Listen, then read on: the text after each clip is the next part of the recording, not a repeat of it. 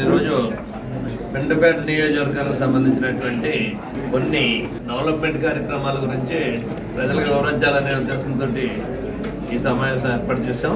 ఇక్కడ ఎంతో కాలంగా ఇబ్బందులుగా ఉన్నటువంటి కొన్ని ఎలక్ట్రికల్ లైన్స్ నియోజకవర్గంలో కానీ మున్సిపాలిటీలో కానీ ఎలక్ట్రికల్ పోల్స్, లో వోల్టేజ్గా ఉన్నటువంటి ఏరియాలో ట్రాన్స్ఫార్మర్స్, ఇవన్నీ సుమారు 5 కోట్ల రూపాయలకు సంబంధించినటువంటి శాంక్షన్ ఆర్డర్స్ అనేది సుమారుగా. ట్రాన్స్ఫార్మర్స్ అయితే లో వోల్టేజ్లో ఉన్నాయి.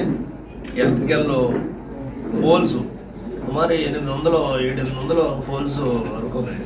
వాటిని కొత్తగా లైన్లు వేసి ఇక్కడ కానీ ఏదైతే ఇప్పుడు ఉన్నటువంటి షార్ట్ పోల్స్ ఉన్న కాడ తీసేసి కానీ, ఇరిగిపోయిన పోల్స్ కానీ, ఐరన్ పోల్స్ కానీ ఇవన్నీ మార్చి పోల్స్ వేయాలనేటువంటి ఉద్దేశంతో చేయడం జరిగింది.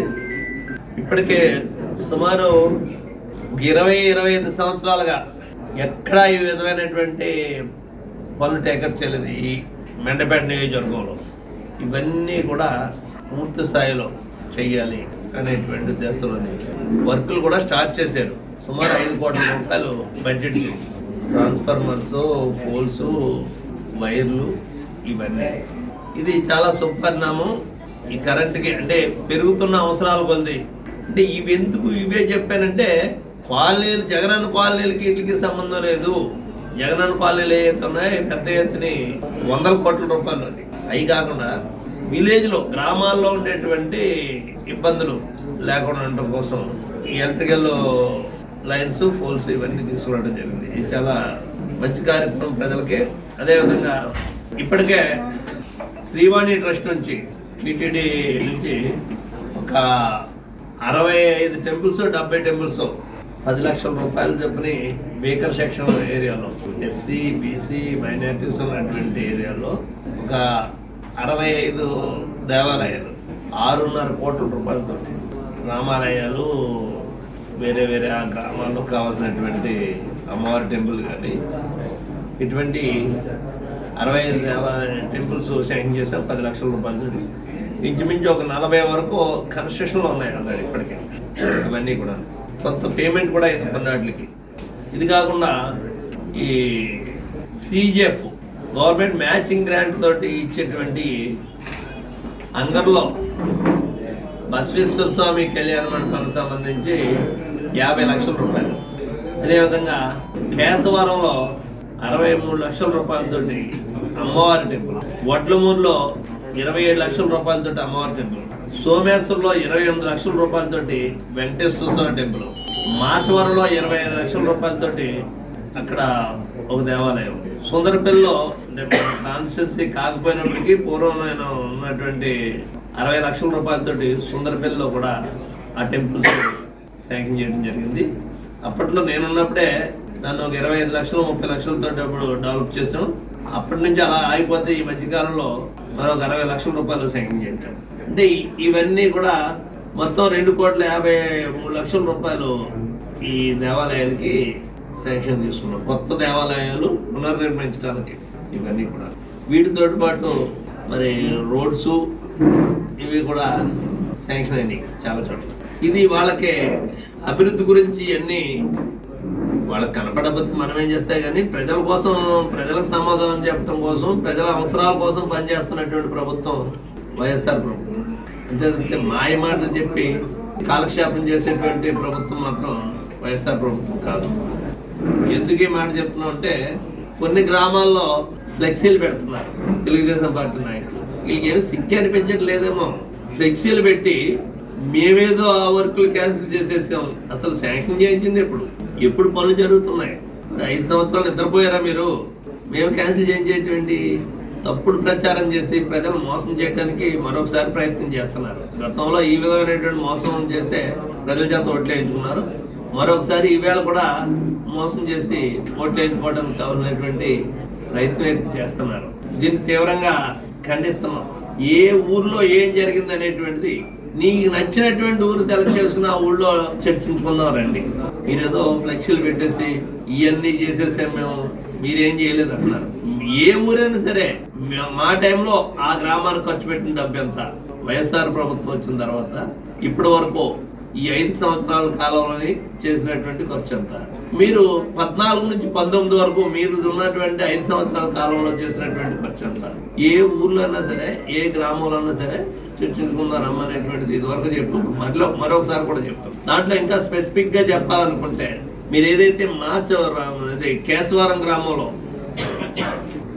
ఏం అభివృద్ధి జరిగింది అనేటువంటిది మాట్లాడారు. మీరు ఏం అభివృద్ధి జరిగింది అనేటువంటిది మాట్లాడాలంటే ఆ ఊరు సర్పంచ్ గారు వాళ్ళు పిలుస్తున్నారు, ఆ గ్రామం నడిబడిలో కూర్చుందా రమ్మన్నారు, వెళ్ళి అక్కడ మాట్లాడితే బాగుంటుంది. మీకు ఏమైనా సిగ్గు బిడియం ఉంటే ఏం జరిగిందో ఏమీ లేదు అనేటువంటిది అక్కడ మాట్లాడితే వాళ్ళు చెప్తారు సమాధానం దానికి. అంతే తప్పితే 3 రోజులు 4 రోజులు పర్యటన చేసినట్టున్నారు ఆ గ్రామంలో.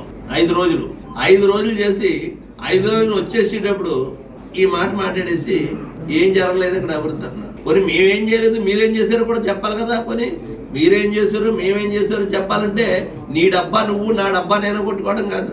అక్కడికి వెళ్ళి మాట్లాడితే మనకు డబ్బా కొట్టి వాళ్ళు ఎవడో మనం రాళ్ళు ఇచ్చి కొట్టి వాళ్ళు ఎవడో అక్కడ తెలుస్తుంది. అక్కడికి వస్తే మా కేశవరం వస్తే ఆ గ్రామంలో తెలుస్తుంది మీరు చేసింది ఏంటో మేము చేసింది ఏంటో అనేటువంటి. మాట్లాడితే ఏదో సొల్లు కవర్లు అక్కడ దోసేసారు ఇక్కడ దోసేసారు అనేటువంటిది చెప్పడం అనేటువంటిది మంచి విధానం కాదు. ఇవన్నీ మేమేమి చేయలేదు అంటున్నా కదా అభివృద్ధి. సూటిగా ఒక విషయం అడుగుతాను చెప్పండి. మీరు మేమేమీ అభివృద్ధి చేయలేదు, మేము దోపిడీ చేసేసాము చెప్తున్నారు కదా.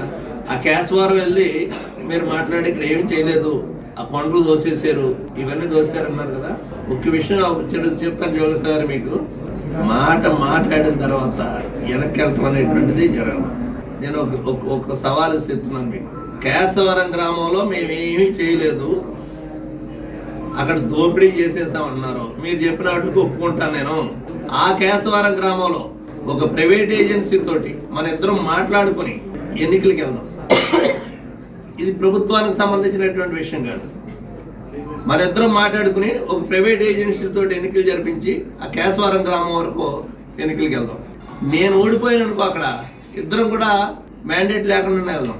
నేను ఓడిపోతే నేను మా పార్టీ నాయకుడితో నేను ఒప్పించి రేపు ఎన్నికల్లో మేము పోటీ చేయకుండా నీకు నామినేషన్ ఇచ్చేసి ఏర్పాటు చేస్తాను. నేను ఆ గ్రామంలో ఓడిపోతే మన ఇద్దరం పోటీ చేసుకున్నాం. ఓడిపోతే నేను ఆ గ్రామం నుంచి ఓడిపోయిన కారణం చేత నేను అలాగా నువ్వు నిలబడతానంటే నేను మా నాయకుడి చేత స్టేట్మెంట్ ఇప్పిస్తాను, నేను మా పార్టీ అధ్యక్షుడి చేత. మీరు ఓడిపోతే మీ చంద్రబాబు నాయుడు గారి చేత కానీ మీ పవన్ కళ్యాణ్ గారి చేత కానీ మాట్లాడింది కదరా. మరి పవన్ కళ్యాణ్ గారు దీంట్లో అక్కర్లొద్దు అనుకుంటే మీ చంద్రబాబు నాయుడు గారి చేత మాట్లాడుతున్నారు. మళ్ళీ ఇంకోసారి చెప్తున్నాను, మీరు కేశవరంలో దోపిడీ జరిగింది అంటున్నారు, కేశవరంలో అభివృద్ధి జరగలేదు అంటున్నారు. సరే దోపిడీ జరిగింది, నేను దోసేసాను, నేను దొంగనే. మన ఇద్దరం ఒక ప్రైవేట్ ఏజెన్సీ తోటి ఎవరితో మాట్లాడుకుని ఈ రకంగా మేమిద్దరం మాట్లాడుకున్నాం, ఎన్నికలు జరపాలని చెప్పేసి జరిపిందాం. ఆ ఊర్లోని జరిపించి ఆ ఎన్నికల్లో ఒక 10 రోజుల్లో పెట్టేసుకోవచ్చు, కావాలంటే 10 రోజుల్లోనూ మీరు అంటే జరిపించి అక్కడ కేశవరం గ్రామంలో నిన్ను గెలిపిస్తే నేనేదో మాట్లాడటమే కాదు, మా నాయకుడి చేత కూడా చెప్పిస్తాను, మేము రేపు రాబోయేటువంటి ఎన్నికల్లో వైఎస్ఆర్ పార్టీ మెండపేట నియోజకవర్గం నుంచి పోటీ చేయదు. అదే విధంగా నువ్వు ఓడిపోతే తెలుగుదేశం పార్టీ మెండపేట నుంచి పోటీ చేయదు అనేటువంటిది నేను నాయకుడి చేత కూడా చెప్పాను. దీనికి నిలబడండి. మీరు 3 సార్లు ఎమ్మెల్యే కదా. పైగా ఈ సవాల్ అనేటువంటిది నేను డబ్బా కొట్టే కౌరు కాదు. 3 సార్లు మీరు ఎమ్మెల్యే అయ్యారు. 3 సార్లు కూడా కేశవరం నుంచి మీకు మెజార్టీ వచ్చింది. 3 ఎన్నికల్లోనూ కూడా మీకు మెజార్టీ వచ్చింది. సరే నేను వచ్చింది ఈ మధ్యనే కదా ఇక్కడికి. నేను ఇక్కడికి వచ్చే చాలా దోపిడీ చేసేసాను, చాలా అవినీతి చేశాను అన్నారు కదా. దీనికి మీరు నిలబడగలిగితే చెప్పండి. కౌరులు చెప్పటం, వారికి సొల్లు మాట్లాడటం ఇది మంచి విధానం కాదు. ఏదో ఫ్లెక్సీలు పెట్టాము, అవి పెట్టాము. ఇంకోటి చెప్తున్నారు మీరు, ఏదో బాబు గ్యారంటీ, ఏం గ్యారంటీ అది? బాబు షూరిటీ. వాళ్ళకే గ్యారంటీ లేదు, ఎవరికెక్కడ సీటు వస్తుందో తెలీదు, ఎవడు పోటీ చేస్తాడో తెలీదు, ఎవరు పోటీ చేయరో తెలీదు, మీకే గ్యారంటీ లేదు. ప్రజలకు గ్యారంటీ ఇవ్వడానికి తయారవుతున్నారు మీరు. సరే ఫోన్లే, దీంట్లో వచ్చేసి ఒక పేపర్ పట్టుకెళ్ళి ఇంట్లో ఇచ్చి ఇన్ని పనులు చేస్తున్నాం.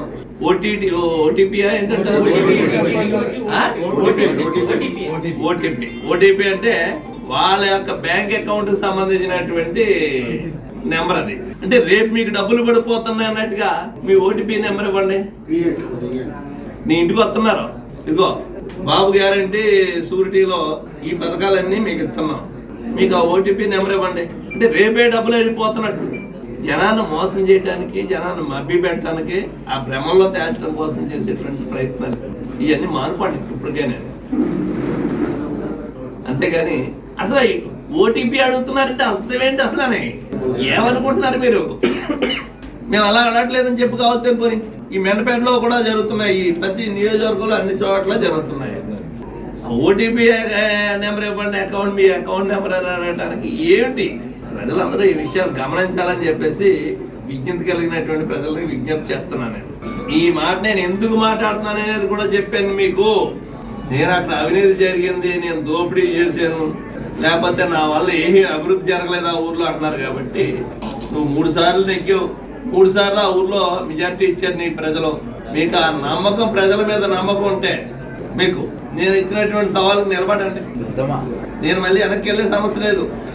దీనికి ఓకే అంటే ఒకసారి మళ్ళీ ప్రెస్ వాళ్ళందరినీ రేపే కూర్చోబెట్టి ఆ విధి విధానాలన్నీ మనం మాట్లాడుకుని, ఒక ప్రైవేట్ ఏజెన్సీ ఏదన్నా యాక్చువల్గా అయితే లేదు, ఈ సిస్టమ్ అనేటువంటిది ఎక్కడా లేదు, కానీ మనం అనుకుంటే చేయొచ్చు. అదేమి చేయలేదేం కాదు. నేను ఊళ్ళోకి వెళ్ళి ఎవరిని ఓటు అడగను, నువ్వు ఓటు అడగాల లేదని నువ్వు నిర్ణయించుకో. దానికి కూడా చెయ్యాలనుకున్నోడికి సాధ్యం, మేమిద్దరం అనుకుంటే సాధ్యం. ఎంత అవదో మీ సమక్షంలోనే కూర్చోబెట్టండి, అతను కూర్చుంటానంటేనే సాధ్యాసాధ్యాల గురించి కూడా అక్కడే మాట్లాడతాం.